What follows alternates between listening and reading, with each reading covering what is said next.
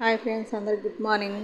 ఈరోజు పొద్దున్నే లేచాను, తొందరగా పని చేసుకుంటున్నాను. ఇదిగోండి, మా అమ్మాయికి బాక్స్ పెట్టాలి కదా, అందుకని వంట చేస్తున్నాను. ఇదేమో మామిడికాయ పప్పు, అందులోకి కావాల్సిన పదార్థాలన్నీ వేస్తున్నాను. అటువైపు అన్నం పెట్టాను, ఇటువైపు పప్పు పెట్టాను.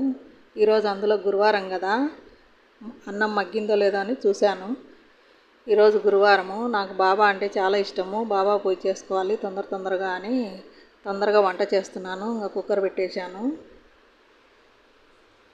స్టవ్ ఎక్కించి ఇంకా తర్వాత స్నానం చేసేసి ఇంకా పూజ చేసుకుంటున్నాను.